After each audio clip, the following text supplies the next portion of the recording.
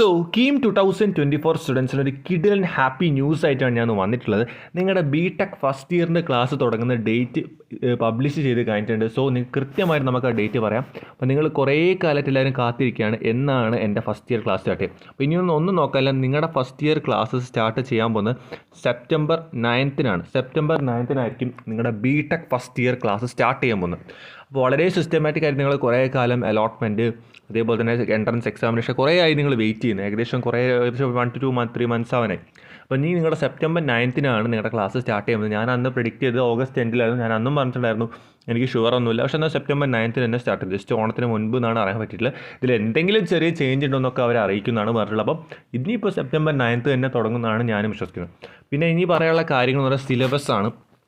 അതേപോലെ തന്നെ അതിന് മുന്നേ എനിക്ക് ചെറിയൊരു കാര്യം നിങ്ങളോട് പറയുന്നത്, നിങ്ങളുടെ ഈ ബി.ടെക്, അതായത് ബി.ടെക് നിങ്ങളുടെ സിലബസ് 2024 ആണെങ്കിൽ കൂടി നിങ്ങളുടെ ഈ ഒരു ബി.ടെക് ജേണിയിൽ നിങ്ങൾക്ക് ഏറ്റവും യൂസ്ഫുൾ ആവുന്ന ഒരു എൻജിനീയറിംഗ് എഡ്യൂക്കേഷണൽ ചാനലാണ് ഞാൻ ഉണ്ടാക്കിയിട്ടുള്ളത്, മിസ്റ്റർ എഞ്ചിനീയർ KTU.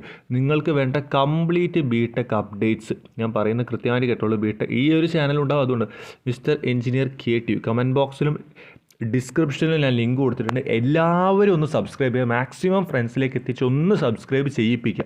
നിങ്ങൾക്ക് വേണ്ട സിലബസ് ഡിസ്കഷൻസ്, ഇമ്പോർട്ടൻറ്റ് ക്വസ്റ്റ്യൻസ്, എക്സാമിന് ചോദിക്കാനുള്ള important previous year question paper, അങ്ങനെ കുറേ കാര്യങ്ങൾ നമ്മുടെ ആ ഒരു ചാനലിനകത്ത് എല്ലാം കംപ്ലീറ്റ് ക്യാപ്സ്യൂളായിട്ട് ആ ചാനലിനകത്ത് നമ്മൾ അപ്ലോഡ് ചെയ്യുന്നതായിരിക്കും. വീഡിയോസ് ഷോർട്ട് വീഡിയോസ് ആയിട്ടും കമ്മ്യൂണിറ്റി പോസ്റ്റുകളായിട്ടും നിങ്ങൾക്ക് വേണ്ട വേറെ കുറേ ബെസ്റ്റ് യൂട്യൂബ് ചാനൽസ്, നിങ്ങൾക്ക് വേണ്ട ട്യൂഷൻ ഏതൊക്കെയാണ് ബെസ്റ്റ് സെലക്ട് ചെയ്തത്, ബെസ്റ്റ് കോഴ്സ് ഏതൊക്കെയാണ് നിങ്ങൾ എടുക്കേണ്ടത്, ആഡ് ഓൺ, അങ്ങനെ കുറേ കാര്യങ്ങൾ നമ്മൾ സയൻസ് കണ്ടൻസ്, അങ്ങനെ കുറേ ബി.ടെക് റിലേറ്റഡ് കാര്യങ്ങൾ ഡിസ്കസ് ചെയ്യാവുന്ന ഒരു ചാനലാണ് മിസ്റ്റർ എഞ്ചിനീയർ KTU. അപ്പോൾ അതൊന്ന് നിങ്ങൾ പോയിട്ട് ഇപ്പം തന്നെ കമൻറ്റ് ബോക്സ് കൊടുത്ത് ലിങ്കോ ഡിസ്ക്രിപ്ഷനിൽ കൊടുത്ത് ലിങ്കോ വെച്ചിട്ട് നിങ്ങളൊന്ന് സബ്സ്ക്രൈബ് ചെയ്ത് വെക്കുക. നിങ്ങൾക്ക് അതിന് ഉപകാരപ്പെടും മക്കളെ. അത് ജസ്റ്റ് ഞാൻ പറഞ്ഞാണ്. അപ്പോൾ ഇനിയുള്ളതെന്ന് പറഞ്ഞാൽ നമുക്ക് സിലബസിൻ്റെ കാര്യം ഒന്ന് പറയണം. അപ്പോൾ ഞാൻ ഈ ഒരു വീഡിയോൻ്റെ അകത്ത് സിലബസ് പറഞ്ഞ് നിങ്ങളെ ബോറടിപ്പിക്കുന്നില്ല.